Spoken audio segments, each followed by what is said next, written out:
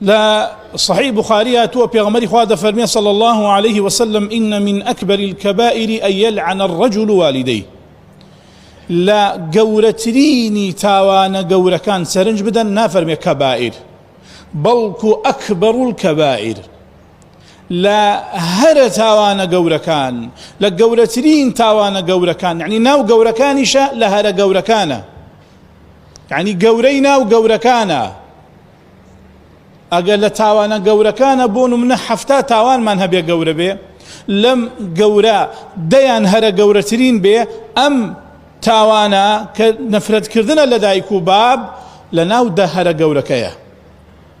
نەفرەت لەوەی نەفرەت لە دایک و بابی خۆی دەکا لە ڕوایەتەکەی ترە وتمان ئەڵێ عليه لعنة الله والملائكة والناس أجمعين نەفرەتی خوا و خەڵک و فریشتەکانیشی لێ بێ وتمان رسول إخوة فرمي لا أكبر الكبائر وتيان يا رسول الله كابرات شون نفرد دايك بابي خوي دكا فرمي يسب أبا الرجل فيسب أباه الرجل ذات باب دايك خلق جون دايك بابي أو كواتا أو بريسي لنفرد كردن لكواتا أجر بيتو كسي بيت مايي أوي جوان سرنجي قصكان مدن ئەگەر کەسێ بێتە مایەی ئەوەی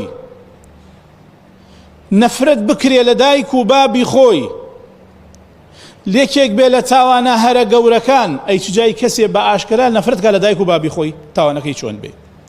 ئەگەر کەسێ هۆکار تاوانەکەی لە ئەکبەر الکەبائیرە ئەی ئەوانە چۆن کەوا خۆیان بەدەستی خۆیان و بەدەمی خۆیان